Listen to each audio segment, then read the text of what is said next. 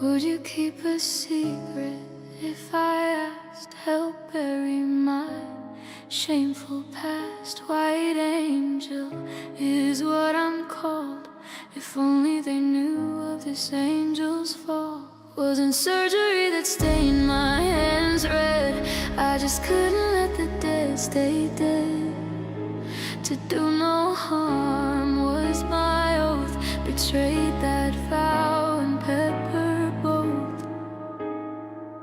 When I died all I kept were regrets. My punishment to never forget. Sold others into hell, now it's my turn. If I'm being honest, I deserve to burn. Can I ever hope to balance the scales? Is my quest for redemption doomed to fail? The second life's torture, but not unfair. I was falling long before those stairs. White angel, fallen angel, white angel, fallen angel, one angel.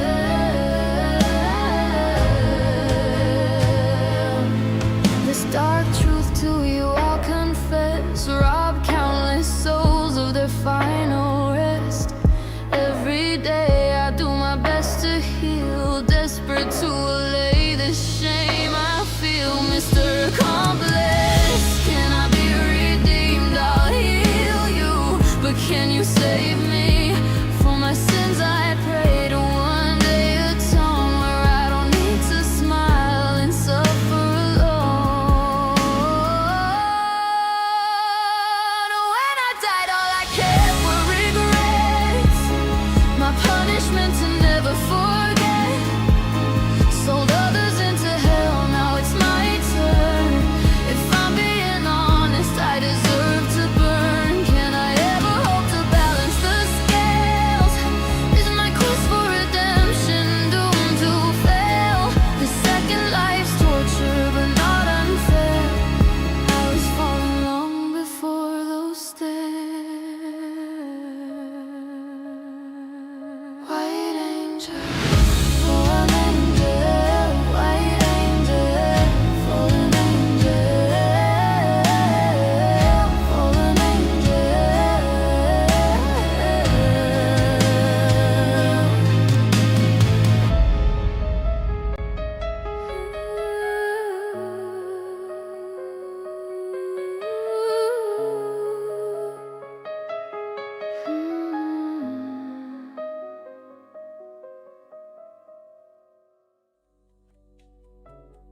Kapla Warriors, today is a good day for focaccia. There's this bakery that I tried recently that I've been wanting to try for a long time, and I finally tried it, and they make this focaccia that is just like incredible. I don't know what they do. I'm wondering if it's like maybe a slow fermentation process that makes it so good, but it is incredible. Anyway, my vocal folds are still bothering me, so I'm still not going to do impressions today. And I am talking quieter. I apologize, trying to be gentle on my voice because it's still bothering me. Recipes I don't think I have. Hello, Jordan. Doing pretty good, except for my vocal folds bothering me, but otherwise doing well. Got all my Thanksgiving stuff ready to go. Hey, Chim. And you were listening to Mary's song during the intro because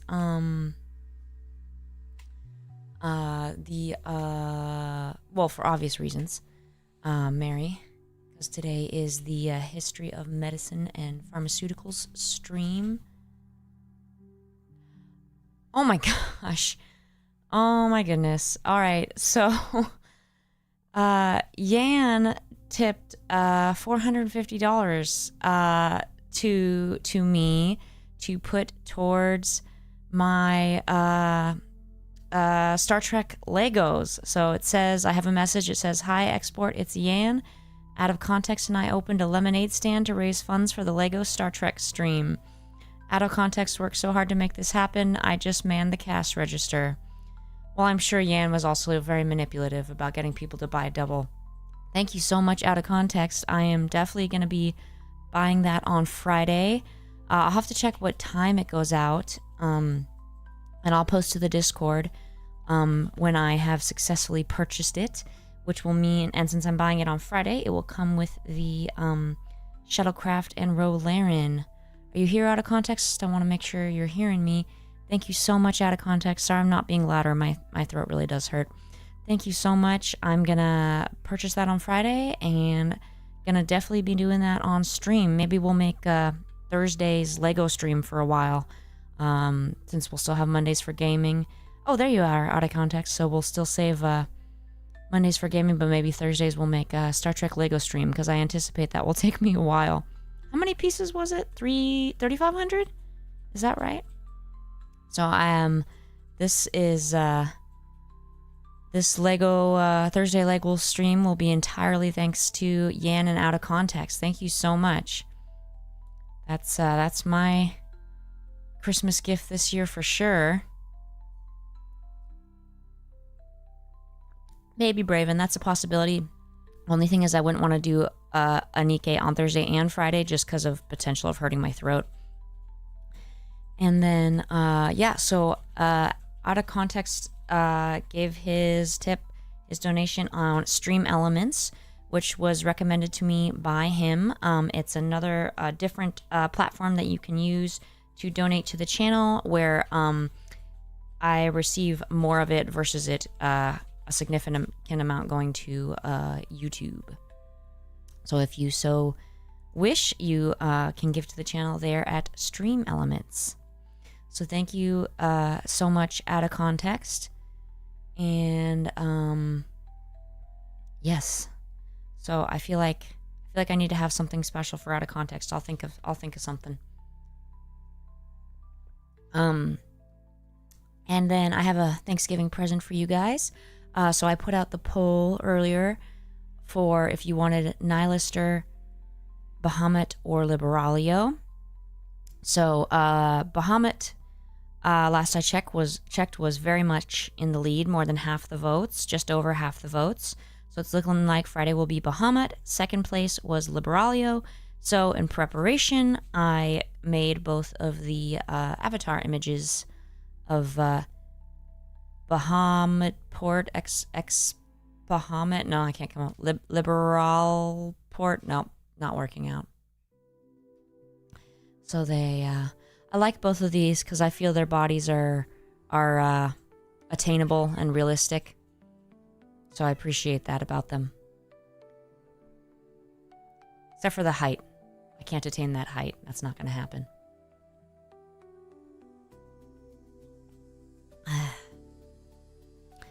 Picked up my pie today and my rolls. Usually I would make those, but I got them. Oh, thanks, Jordan. Hope to see you. I may or may not be streaming tomorrow. Just depends on when my guest leaves. My family friend. And then for sure on Friday, though. Bahamut stream Friday, Jordan. And I did purchase the next Gunpla. The Witch of Mercury. And so, Witch of Mercury tomorrow. Not tomorrow. What am I saying? Sorry. I'm sleepy. Witch of Mercury will hopefully delivered in time for... should be delivered in time for Tuesday. Uh-oh, the cat. Don't you chew that. Tuesday hand cam stream. Jack Tricks, you missed big things. I got Out of Context, and Yan gave $450 to the channel. So I have more than enough now to purchase the Enterprise D on Friday. I'm gonna wait up, and the second it posts, I will be the first purchaser. Be very exciting. Maybe I'll stream then. I'll have to check out what time that is. Probably not if it's like 12 p.m. Well, I guess not really any reason not to do it at 12 p.m. I don't know. Naz, no glasses for Bahamut. Just trying to distinguish between her and I, because otherwise it kind of just looked very similar, except for the ears and the blue eyes. The hair is very similar, so I shortened it. But so I was just trying. Stop it, Mimi. No. She found my Sailor Mercury crown. She wants it. Tiara. Thank you, Jack Tricks. I was trying to come up with how can you combine those names? Export Bahamut, Export Liberalio, Expolio. No, that's no good.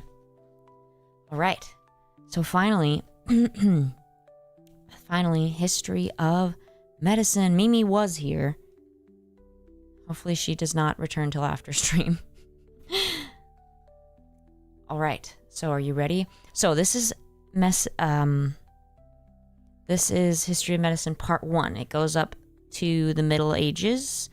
And then Part 2 will be Middle Ages to modern times. Because you know how I get stuck doing the ancient stuff. I didn't even finish Greece and Rome because I was spending so much time on the other regions. Out of context, is your Mimi telling her to do this, or is that what's going on? Okay. So starting with prehistoric times, not a lot on this obviously because most of the stuff they would have used has disintegrated over time, of course. Uh-oh, she's back. All right, but some evidence we have of prehistoric Paleolithic medicine.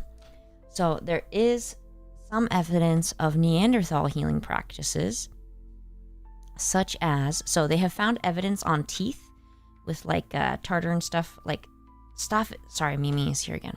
So they found evidence from things present in Neanderthal teeth to indicate that they used poplar as a painkiller. And poplar does contain salicylic acid. Stop it. Other indications of them having some kind of medical practice is there's evidence in skeletons of healed injuries and illnesses that they lived beyond. So that's indications that there was some level of wound care and management. So like, you know, they found injuries like to bone or to skin. And so there's evidence that these injuries happened and they lived afterwards and didn't die from it. Because they can usually tell like if they died from the injury or if they lived past it. So there's evidence of these healed injuries to indicate that they did have some kind of level of care they were doing, like cleaning the wound up, maybe holding it together somehow. So that's pretty cool. And then, so that's Neanderthals. In Homo sapiens,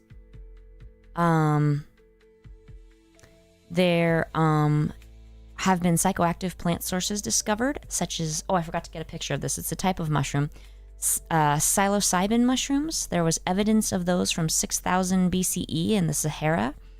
So evidence that they were using that, maybe for medicine, maybe for funsies. There's also evidence of primitive dental care. This is crazy. All the way back. So in Italy, they found evidence of primitive dental care going back to 11,900 BCE and 7,000 BCE in present-day Pakistan. So that's like mind-blowing, right? They were doing something all the way back then. We also have some evidence from anybody familiar with Otzi the Iceman? I forgot to get a picture of him. I meant to have a picture of him. You guys heard of him? He's pretty well known. Oh god, that's horrifying. He was like very well preserved because he was out doing stuff and died. I can't remember how he died, but he got frozen. So he's very well preserved, as well as his clothing. Oh, bye, Consina. Happy Thanksgiving. As well as his clothing and his... Well, this is not obviously what they found. You saw that horrifying image of how this image was generated. Anyway, his clothing and what he carried with him, which is the exciting part. So they have his survival kit that they found with him. And obviously we don't know for sure the reasons he carried these things. Like some people are like, oh, it was just coincidence that he had these things. But some archaeologists, such as Patrick Hunt, believe that the survival kit he had, this was from 3230 BC, included a medical kit. So there was, let's see, birch polypore fungus, number 1 right here. So they're suggesting, Patrick Hunt, the archaeologist, suggests that this was used as a vermifuge for intestinal parasites and an antibiotic for his Lyme disease, because apparently he had Lyme disease. They also, this image doesn't show it, but they also found, oh, here's They also found poppy seeds, which can be an analgesic, sloe berries, which could have been used to treat vertigo and eczema associated with the Lyme disease, and sphagnum moss, which is has been used as a antiseptic wound dressing. I got a couple other pictures because it's so cool. These aren't all the medical things, but it's just cool. Like, look at this. We have all these. Look at, I mean, this birch bark container was preserved. It's mind-blowing. So cool. So here's his kit. So not everybody agrees that it was that included medical items, but some do believe that. And we'll just never know for sure until the mushroom lords tell us what Otzi told them. Last but not least, here's a lovely, obviously this is not a real image, but there's evidence that in Neolithic times and Paleolithic times that they were already doing trepanation. Does anybody know what trepanation is? Something we still do today, just not necessarily for the same reasons or the same way. Anybody? Gross, Jack Tricks. Gross. Anybody know what trepanation is? Yes, it is Blue Tut. By the way, I have 10 pages of notes, so we'll see if we can get through part 1. So, trepanation. So they believed they may have been using it to cure psychological disorders, headaches, epileptic convulsions. We don't really know for sure, you know.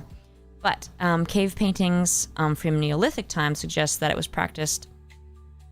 And excavations found at a burial site in France dated to 6500 BC discovered 120 prehistoric skulls, and 40 of them had trepanation holes. And they also found another one in Azerbaijan. The skull had a trepanation hole dating back to the 5th millennium BC.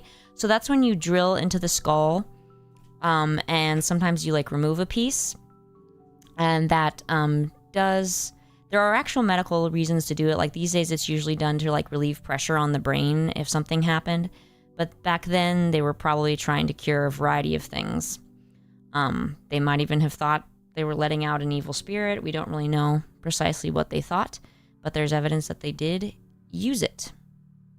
So they would drill into the skull. What did they use? Stones to scrape the skull, knives, flints, or obsidian chisels to cut, and wooden stakes for the perforation. Yep, that is horrifying. That's unfortunate. So just be glad that that's not you. Trepanation, new word for everybody.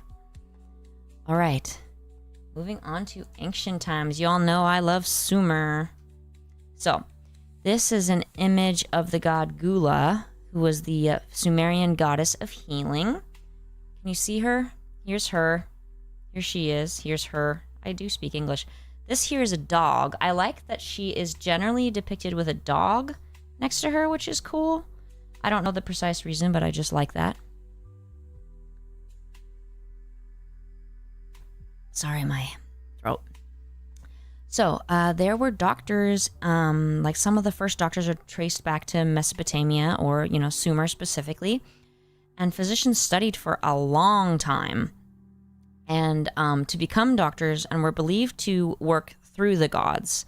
So it was believed that like anything that the doctors achieved was through their work, which called upon the gods to heal them. They also believed that the disease was, many diseases were believed to have been caused by the gods, or by sin, or by ghosts. So not of, you know, obviously they didn't have a lot of awareness of like the physiological or germs and stuff, but they still did a lot of medicine.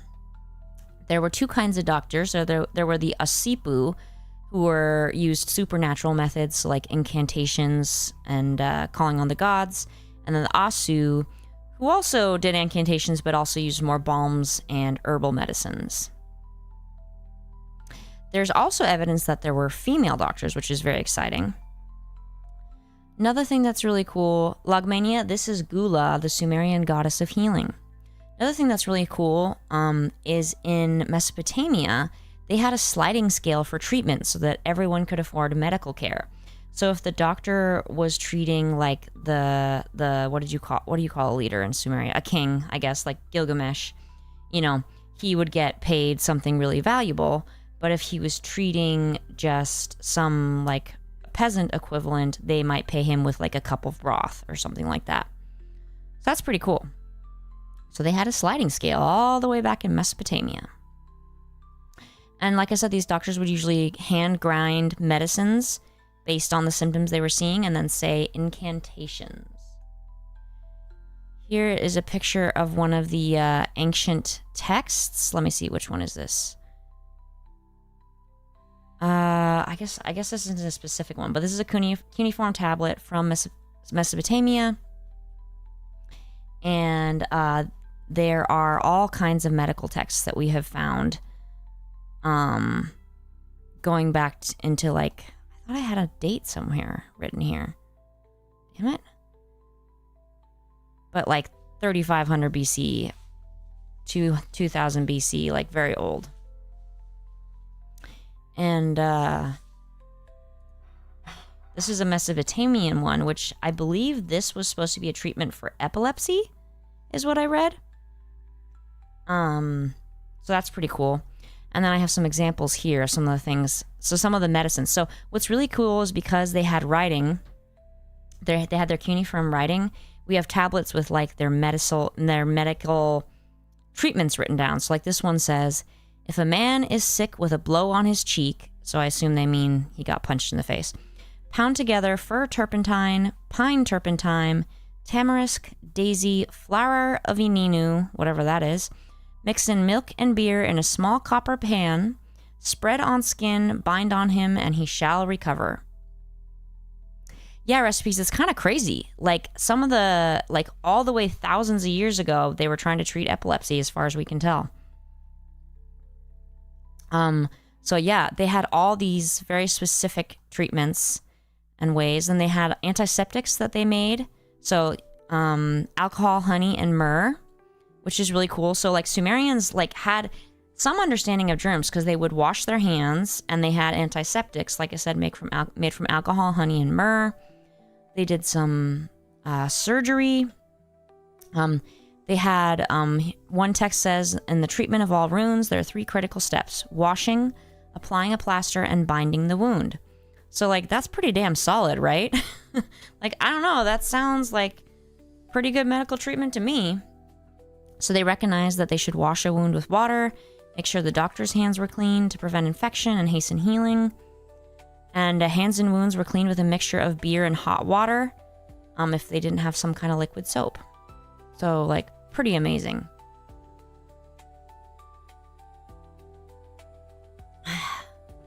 Me too, Kaiser. I found this cool, there was this cool book I found at the library that's on my list to buy, where it's like translations of a bunch of cool, like, of all the cuneiform tablets that have been found. This woman who can read them, she translated them all. So we have evidence that the Sumerians used, wait, this is the, oh, wait, that is the, yes, wait, no. Okay, sorry, I'm going ahead to Egypt. So we have evidence of Sumerians using medicine as early as 3500 BC, so 3500 BC. It's interesting how a lot of the cultures, they had enemas, suppositories, lotions, pills, inhalations, ointments, snuffs, poultices, and infusions. So all the things. They also discovered a lot of cool things through trial and error. So like they figured out that alkaline substances neutralize stomach acid and reduce production of pepsin, which irritates. So they figured out basically how to cure upset stomach with sodium bicarbonate, which is baking soda. So they figured out that is like sound. They also lots of laxatives, which is funny, but I guess maybe like an unbalanced diet. I don't know. I would assume peasants maybe had an unbalanced diet. But they had laxatives made from ground senna pods, and senna is still used as a laxative today, as well as yellow castor oil. And apparently in Mesopotamia, the Assyrians were particularly good at making laxatives. They had bulk-forming laxatives made from bran and saline. My God, sorry. And stimulant laxatives, and we use both types of laxatives today. There's also evidence of prescriptions going back as far as 2000 BC from Nippur Sumer, describing how to make poultices, salves, and washes so that the patient could, care for their wound. And it included ingredients like mustard, fig, myrrh, bat dropping, lots of droppings were used, turtle shell powder, river silt, snake skins, and hair from the stomach of a cow. I wouldn't want to have to get that one. And then they would dissolve these into wine, milk, and beer. There's also evidence that they used salt water for gargling, sour wine as a disinfectant, potassium nitrate as an astringent, and willow bark to relieve fever. And willow bark is a source of aspirin. So, pretty cool. Moving on to Egypt. These are the Kahun gynecological papyrus. It is the Kahun gynecological papyrus. So, there's a ton of surviving medical documents from Egypt. So there's the Kahun gynecological papyrus, the Edwin Smith papyrus, the Ebers papyrus, the London medical papyrus, and the Greek magical papyri. Yeah, they really did recipes. According to Herodotus, Egyptians were very healthy, and he said that the practice of medicine in Egypt is so specialized among them that each physician is a healer of one disease and no more. I don't think that was 100% true, but you get what he was saying. And then obviously the gynecological papers treated women's complaints, including problems with fertility, and it includes cases detailing diagnosis and treatment. It's, as you can see, there's some of it's only fragments, unfortunately. And it's the oldest surviving medical text of any kind from 1800 BCE. Also, by 2200 BCE, they had houses of life, which were medical institutions, and they would train doctors there. And then, here is Hesi-Ra, one of the earliest known named physician. He was the chief of dentists and physicians for King Djoser in the 27th century BCE. Sorry, I don't know why I'm messing up so much. Recipes, yeah, that's what Herodotus said. I think he was exaggerating, but the point is that they were, like, highly specialized. So, this is Hesi-Ra. Earliest recorded dentist. Pretty cool. And this is, Oh, sorry, it won't let me zoom. Weird. Peseshet. Oh, there we go. That was weird. We don't know precisely what she did, but we know that in the 4th dynasty, her title was Lady Overseer of the Lady Physicians. So possibly the chief lady physician. Logmania, yes. We will talk about that. That is so painfully true. So Egyptians, one of the things that was special about Egyptians is because they mummified people, what part of mummification included like removing all the organs. So they had like advanced knowledge of anatomy, and which also gave them advanced knowledge of surgery. So they they knew their stuff when it came to anatomy and like surgery. It's kind of incredible. Because they were a culture where because they mummified and removed the organs, that was fine. But other cultures, doing an autopsy or operating on a corpse in any way was considered taboo or even like illegal. And so some cultures didn't get as much knowledge of anatomy because of that, but because the Egyptians, this was just routine, they had a ton of knowledge. So they treated a lot of diseases, including dental, gynecological, gastrointestinal, urinary disorders. They could diagnose diabetes and cancer. So there's like early evidence of them like seeing cancer, like breast cancer. And they used therapeutics extended from plants and animals and minerals, and some of them we still use today. Recipes, yeah. I when I was in Chicago, I went to an exhibit with Egyptian stuff, and it was so cool. So they knew, because of all their knowledge of anatomy, they knew a lot about diseases of bone and the stomach, respiratory, circulatory, all of that. They identified the function of the heart, so they figured out what the heart did, and they understood the types of blood vessels, or its relation to the types of blood vessels. They even knew about cerebral spinal fluid, which makes sense because you know how they took the brain out. So they were aware of cerebral spinal fluid. Their one mistake was that they thought that the heart was the center for all body fluids, including urine and tears, and not just blood. But, you know, not such an egregious mistake. Another really cool thing, they had all kinds of surgical instruments. Many of them are very similar to what we use today, such as a scalpel, a forceps, and scissors. They made splints out of reeds tied together by strips of linen or pieces of wood padded with plant fibers. They sutured wounds, so they did stitches. They stopped bleedings using cautery, which we still do, so you burn to stop the bleeding. They drained boils and abscesses by opening them surgically and draining with pieces of linen. So they did a lot of types of medical treatment that we still do. And then their pharmaceutical knowledge, they had a wide diversity of treatments. Sorry.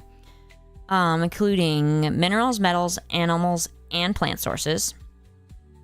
They used the whole plant too. The fruit, the leaves, the juice, the root. I think I have a picture. Oh, here's some more. This is really cool because look at the engravements here, so then we can tell what they looked like. Hopefully it's not too blurry for you guys.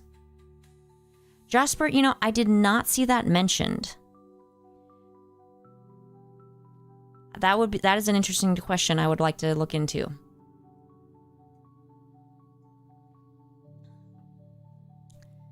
So, some of the different species they used were acacia, anise, barley, cassia, castor bean, coriander, cucumber. This is a cool one because it helps you see better what they had. Cumin, date, fennel, fig, mulberry, garlic, gourd, juniper, leek, lettuce, lotus, peas, poppy seeds, saffron. Sorry, I gotta talk quieter again. Sunflower, styrax, terebinth, wheat, willow buds, white thistle, and wormwood. So, quite impressive.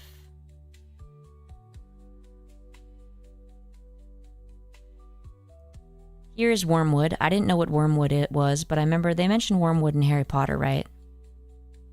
So, recipes. I already spent like 5 hours on this.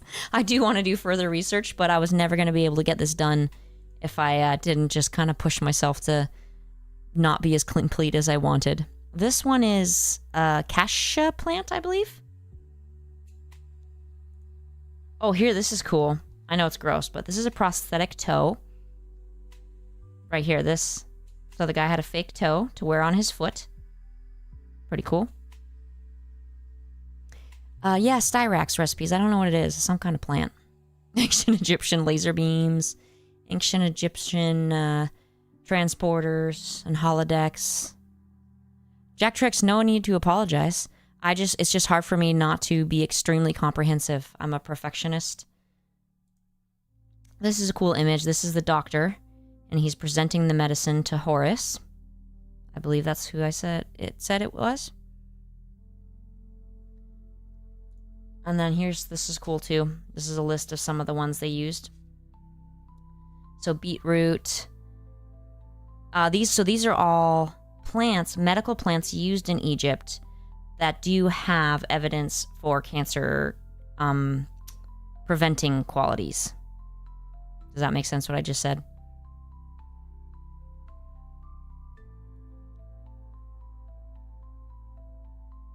So these plants they used actually, based on research, they actually do have properties that are anti-cancer. So very cool. I think that was the last one. Oh no, these one too. I believe these were some of the herbs and plants. Moringa. Moringa is supposed to be good, I think, for anxiety. I've heard that one. All right. And then they also had drugs made from, or medicines they made from animal products, including, are you ready for this, guys? So, like they said, they used Logmania, I think, yeah, a lot of trial and error. So, yeah, trial and error, basically.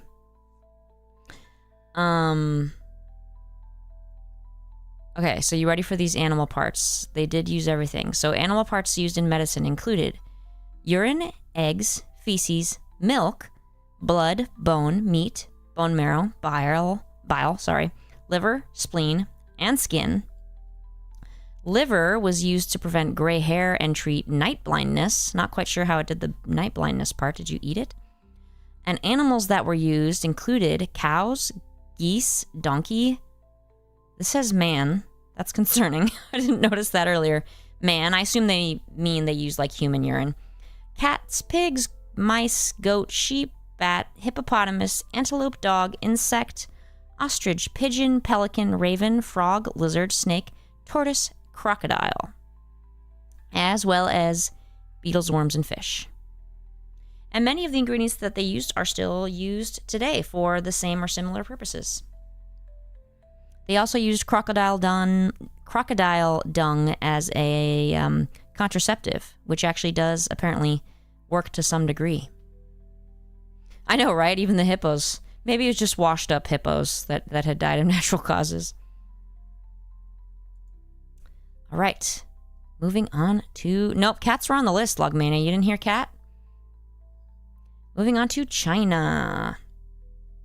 Okay, this is the Huangdi Neijing, or the Yellow Emperor's Inner Canon. Traditional Chinese medicine, there's development... so there's evidence of it going back to the Zhou dynasty. Blue tut. I mean, maybe it doesn't smell. I mean, it's crocodile, so it's not the same as human. So let's see this. So the foundational text of Chinese medicine is the Huangdi Neijing, written in sometime between the 5th century to the 3rd century BCE. The first text is the Suwen, also known as Basic Questions, which covers the theoretical foundation of Chinese medicine and how to diagnose. There's also a second text, the Ling Shu, which discusses acupuncture therapy. And then this text was expanded and revised during the Tang Dynasty.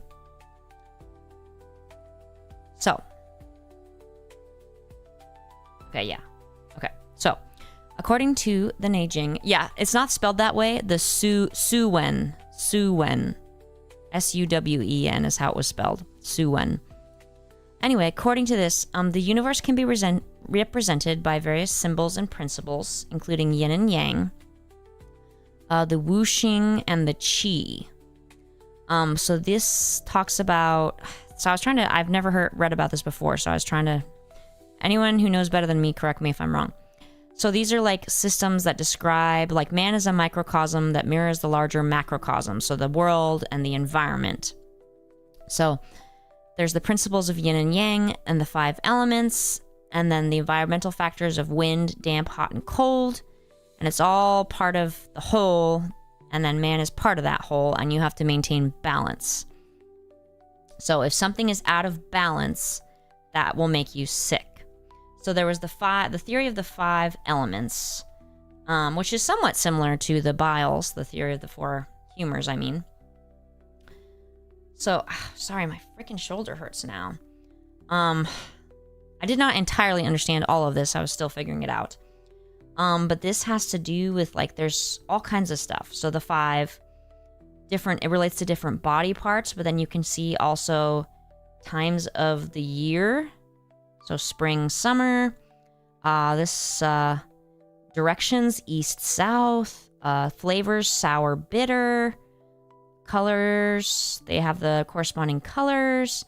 So pretty similar to the 4 humors, actually, in that way. It also even includes, like, time of day. So, like, if you're getting sick at a certain time of day, that would indicate one of these things was, like, out of balance. So, like, if it was at between 11 p.m. and 3 a.m., that would mean something was off with this element.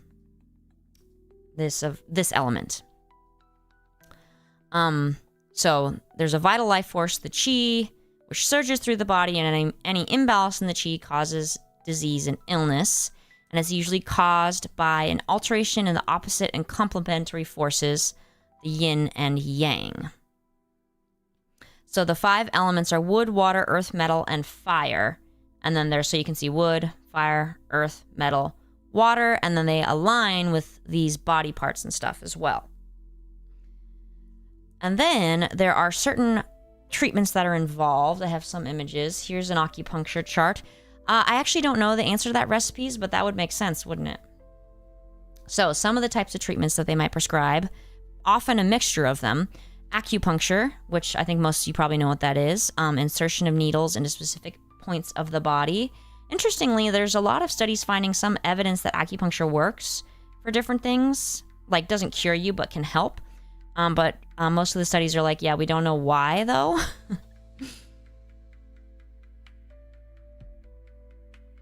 Sorry. And then Kaiser, well, you might be thinking of Aristotle versus this is China. So there's acupuncture. Most people have probably heard of that. Here's another image. They also did herbal medicine. So obviously plant-based recipes. They would do a custom blend based on the symptoms they were seeing and like what the imbalance was. And it was very specific. Then there was moxibustion, which I had never heard of. So this is the burning of herbal leaves, such as mugwort, on or near the skin in specific areas. And this is to provide heat and stimulate acupuncture points. I kind of want to try it. I've actually wanted to try acupuncture. I'm just scared. But this, I was very interested in this. Found it very interesting. Jack Tricks, are you being serious or not? Because I've had multiple people I know tell me it has helped them with different stuff. There's cupping. Who's heard of cupping? Hold on. I thought I had. My sister had cupping once. I didn't see it happening, but I saw her after. It makes it look like you were attacked by an octopus. Gwyneth Paltrow does cupping. So this is when they use a warm glass to create suction on the skin. And it's supposed to help with like blood flow. No, redacted. I have not discussed that. Still in China. So yeah, it leaves these huge red spots on you, which they go away. Here's a good image. Here we go. So cupping. Mentioned these ones. There's Tui Na, which is massage on acupressure points and meridians. I was not 100% clear on what a meridian is. If anyone understands what meridian means in Chinese traditional medicine, please fill me in. I did not have time. There's also Tai Chi and is it Qigong? Qigong? Somebody tell me how to say that. Which are gentle movements and breathing techniques. Very similar to what Worf does. Oh my gosh, what's it called? Oh my gosh. Oh my gosh, I'm so upset. Oh my goodness. I don't want to derail everything trying to remember, but this really bothers me that I'm not remembering. Thank you, Jack Tricks. That makes sense. Oh my gosh.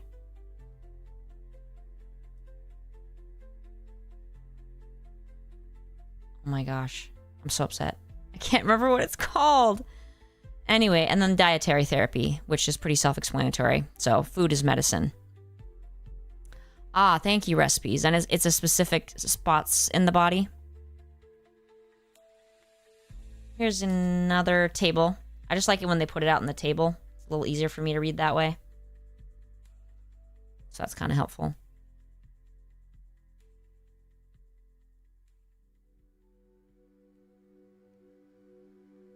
Oh my gosh.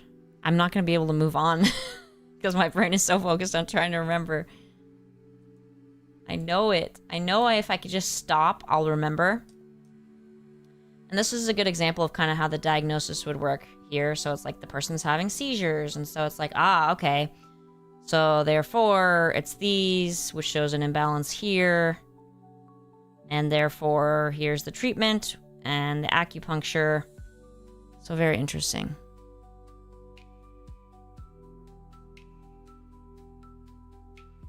Right, trying to pull my hair back.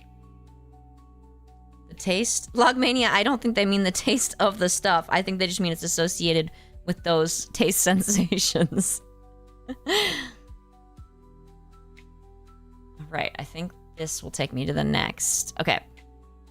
Then they have, there's Chinese herbal formulas, and some have been in use for more than 2,200 years. And they're chosen very specifically so that the medicines work in the herbs work in combination with each other. So here's some of the medicines they use, some of the herbs and plants. So in the classical formulas, each herb has a different purpose or a role to help the body achieve harmony.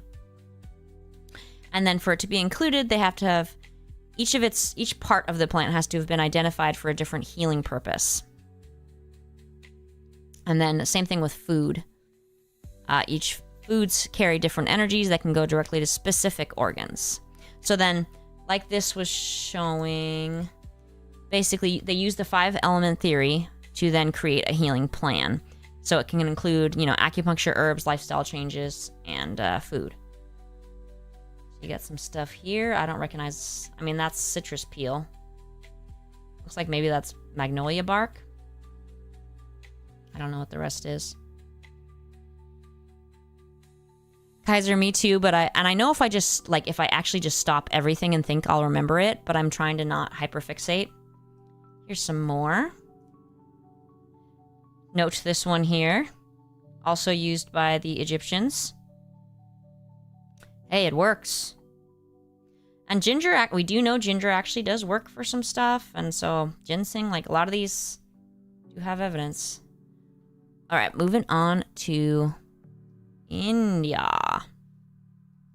Okay, I'm probably going to say these words terribly, and I'm sorry. The Atharva Veda is a sacred text of Hinduism dating from the Middle Vedic Age, so 1200 to 900 BCE. And it's one of the first Indian texts referring to medicine, talking about medicine. So traditional, Indian medicine is Ayurveda. Ayurveda. Damn it. I don't think I'm saying that well. So it means the complete knowledge for long life. And there's 2 famous texts, the Samhitas, that belong to the schools of Charaka and Sushruta. This one is Sushruta.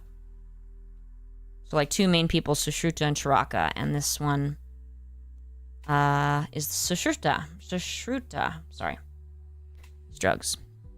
So this text is notable for describing, so it talks about a variety of forms of surgery, including rhinoplasty, repair of torn earlobes, perineal lithotomy, cataract surgery, and excisions and other procedures. It also describes more than 125 surgical instruments in detail. And he also had a lot of scientific classification. So it's got 184 chapters with 1,120 conditions listed, including mental illnesses. Hey, Aramis, type the word out. Which one, Jack Tricks? Sushruta? Ayurveda? Is that the one you mean? Oh, yeah. Recipe's got it right. If that's the one you were looking for, that's... Oh, no. You have an extra ace. Sushruta. It's drugs. And then Ayurveda. Okay, you almost had it, Jack Tricks. Except that it should be Ayurveda.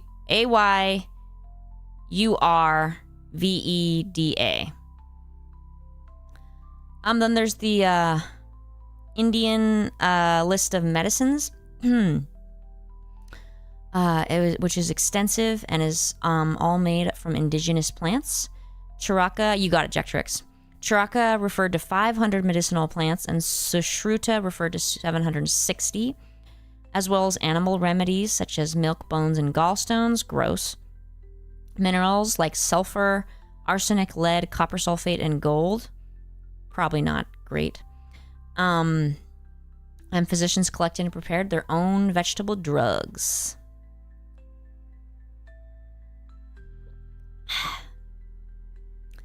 All right. And some of the treatments so this was Charaka. Let me read this. Some of the types of treatments they did was emetics, which I believe make you vomit, purgatives, water enemas, oil enemas, and sneezing powders, as well as inhalations, leeching, cupping, and bleeding. Yay! Hindu surgeons did operations including excision of tutors, incision and draining of abscesses, punctures to release fluid in the abdomen, extraction of foreign bodies, splinting of fractures, amputations, and stitching of wounds. And so here's some of the plants. A lot of different surgical instruments were used. Yeah, recipes, you heard me right.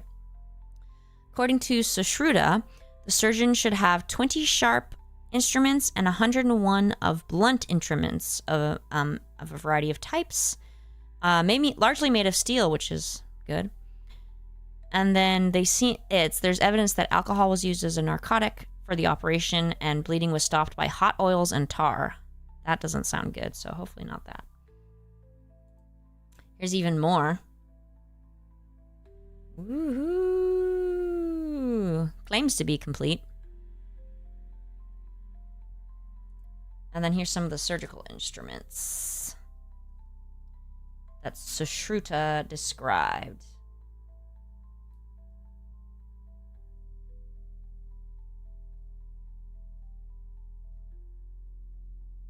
Not chakra charaka.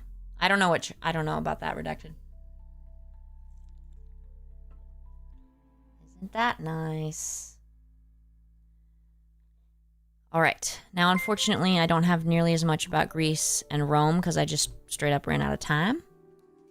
Ah, recipes. Congratulations. Is it really time for my steps? Oh, I have 2 more minutes. All right, let's head into Rome. Greece. Greece, father of medicine, Hippocrates. So he was more classical times, I guess, 400 BCE. And there was also Galen of Pergamon, very important. He was a philosopher and a surgeon, 129 to 216 CE. Galenus, I don't know. Crazy thing about Galen is, he came up with the theory of humors, and this dominated Western medicine all the way into the 1800s. So that's one reason I stopped at the Middle Ages, like made that the stopping point, is in the Middle Ages, like throughout, all the way through the Renaissance and everything, their medical treatments were based on Galen's theories. So more than 1,300 years, his theories dominated Western medicine. So crazy. Same, Aaron. I would love to go to Greece. My friend went recently. And then so Hippocrates also, he believed in the humors thing. Oh, steps. He believed in the humors thing, Hippocrates. And then so he deduced that the 4 seasons of the year and the 4 ages of man, meaning childhood, youth, prime age, and old age, are all connected to the 4 humors. So I've got some great charts on that. And then, so there's the 4, so it's got a lot in common with the Chinese 5 theory thing. So there's the 4 humors, there's the 4 seasons, the 4 ages of man, and then there's also like the 4 imbalances that can be too hot, too cold, too dry, or too wet. And if you're too hot, too cold, too dry, or too wet, that would disturb the balance between your humors, resulting in disease. Yes, Hippocrates, as in who invented the Hippocratic Oath. So he was kind of like the birth, and we still use portions of the Hippocratic Oath today. No, recipes, you were right. Yeah, so, sorry, I'm getting my steps in. Oh, here, this is the, hold on, let me get the name right. This is the Sanctuary of, where the fudge is the name? Well, the Sanctuary of Asclepius at Epidaurus. There we go. Whew. So this is obviously a drawing to show what they think it looked like, and they've got some pretty good indications. So, the Sanctuary of Asclepius of Epidaurus. There we go. So, really cool. So, and this included, the sanctuary part was a hospital. So, very cool. And... sorry, I can't read my notes as well when I'm doing this. So there were a lot of temples dedicated to the healer god Asclepius. Asclepius, also interesting, he was known as the first physician. And then according to myth, he was also the son of Apollo. So usually, like, hospitals and temples of healing were dedicated to Asclepius. That's why this was of Asclepius. And they were centers of medical advice, prognosis, and healing. Here's what it looks like partially today. This is a section of it. I would totally go visit this. Redacted, I don't know about that because they did have some centers of healing. I would say no. I don't know if people would say that because there also were like places of healing in some other places, so I'm not sure. I'd have to see. I cannot answer that faithfully. Okay. So in the Asclepion of Epidaurus, they found 3 large marble boards dated to 350 BC, which this is super cool, you guys. These marble boards that they found had the names, case histories, symptoms, and cures of about 70 patients who came to the temple with a problem and got treated. So really cool. I guess it was their medical notes, so a violation there for us to be reading them, but oh well. And then some of the surgical cures were listed, like opening an abdominal abscess or removing foreign material. So pretty cool. And then, so Hippocrates was the father of medicine. And there's the Hippocratic Corpus, which is Jack tricks to an extent. I mean, like draining an abscess, yeah, that's how you fix it. Removing foreign material, like through surgery, yeah, definitely. A collection of around 70 medical works from Greece. It's associated with Hippocrates and his students. We don't know if they were, like, some of them were written by Hippocrates, some by his students. Like, it's unclear, but they're all associated with him. Also, one thing I wanted to include that's very humorous.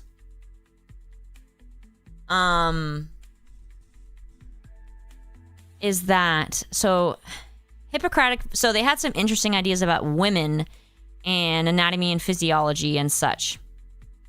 Oh, I haven't shown you the 4 humors yet. Here we go. So, interestingly about women. So they believed that male flesh and women flesh was like fundamentally different, like completely different.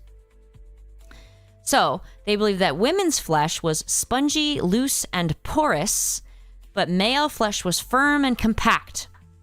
And because we women have spongy, porous flesh, we soak up excess blood generated by our body and then expel it when we get our period. So that's special. Also, because we have our loose, porous skin, that's why we have breasts. Because we're just loose up there and men are tight. So that's some solid medical treatment there. Anyway, here's the 4 humors. So you can see a lot of similarities to the 5 elements thing. So air, water, earth, fire. And the humors were blood, phlegm, black bile, yellow bile. And then so spring, winter, autumn, summer, childhood, manhood, old age. I don't know what decrepitude mean. Does that mean when you're like geriatric, I guess? And then, so yeah, if you were imbalanced, too wet, too hot, too dry, too cold, your humors were imbalanced and must be fixed. And you can see at the top here, it's insane. 450 BC, although I think maybe, and then all the way to 1858 AD, they were still following this. So Middle Ages, Renaissance, they were following this as the basis of their medicine. And if you've ever read Shakespeare, you'll notice he uses terms. He'll refer to the biles and the humors often. Yeah, redacted, not so much. But yeah, so now next time you read Shakespeare, notice if you hear him, you might hear him saying someone was choleric, and he's actually, we're talking about this. Or you might hear him talk about yellow bile, or someone has an excess of yellow bile. Because it's related to personality as well. Is there one that includes personality? Here we go. Because there was also personality traits associated with it. So he might say someone had an excess of yellow bile to mean they were like aggressive.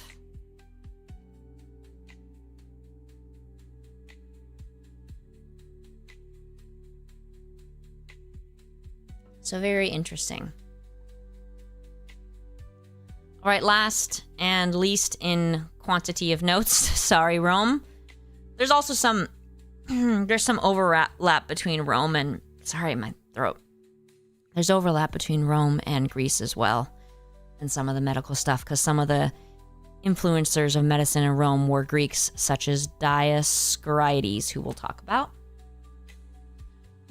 All right, here's some Roman surgical instruments. So the Romans were pretty good at surgery, in particular because of, we talked before when we did the history of Rome, their field medicine. So like soldiers got better healthcare than regular people because the field medics were very skilled. And then, so they had numerous surgical instruments, including the first instruments unique to women, if you catch my drift. And they had forceps, scalpels, cautery, cross-bladed scissors, surgical needles, and they also performed cataract surgery. So very famous was Dioscorides, who was a Greek in the Roman army. And then after a lot of observation of plants in their natural habitat and experience trying them out, he put together the De Materia Medica, and in Greek as well as Latin. Has the original in Greek, I guess, in 5 books, and it tells you how to prepare the medicines, the properties of them, and how to test them out to make sure they're working. And then each chapter deals with a specific substance, its description, preparation, and therapeutic properties. And it does describe many drugs that are known to be effective, such as aconite, aloes, colocynth, colchicum, henbane, opium, and squill. So about 600 plants are covered, along with some animals and mineral substances, and about 1,000 medicines made from them. So these were all based on his own empirical observation. His manuscript of the De Materia Medica was never out of publication, and also formed the basis for Western pharmaceuticals through the 19th century. So just like Galen and Dioscorides were relied on up until about 1900. Although I think you could rely on Dioscorides more than Galen, because he did include empirical observation, and many of these things do in fact work, whereas Galen with his biles maybe not so much. And then something interesting I'd like to educate all the men here on. The Romans invented this. Can anyone tell what this is? Oh man, I'm out of water. Drink it all. Can anyone tell what this is? I hate it. It was invented by Romans. So in the early 80s, I believe. Or late, yep, Negative Blues got it. It is a speculum, which is used for vaginal exams and pap smears. It is freaking horrifying. The reason I bring this up is the modern one is almost exactly the same. It is pretty minimally different. So in over 2,000 years, there have been barely any changes made to this device that the Romans invented. It's very, very similar. Then here's an image from wait, this is not... No, that doesn't belong there. Oh well. There we go. From De Materia Medica. This is what I was searching for, but I'm not sure I succeeded.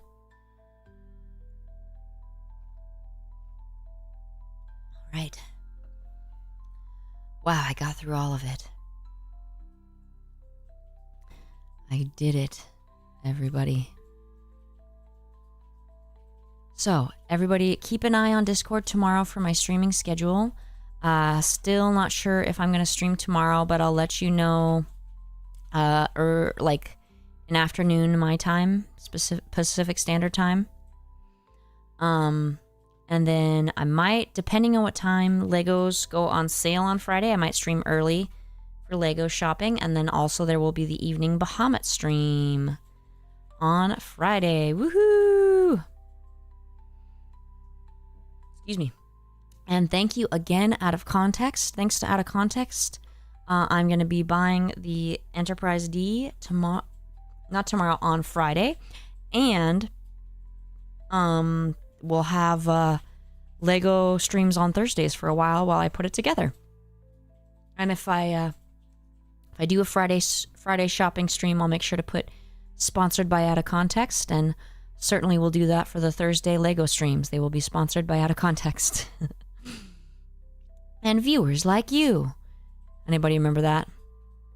And so I'll give a last look at the Bahamut and Liberalia avatars.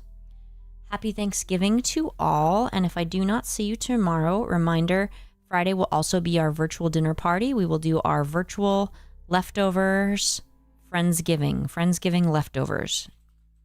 So Friday, we will do leftovers together during the Bahamut stream. And Yansgiving, yeah, sure. And so that is the plan. So I will see you all Friday for sure, and maybe tomorrow. So keep an eye out. Majram and happy Thanksgiving.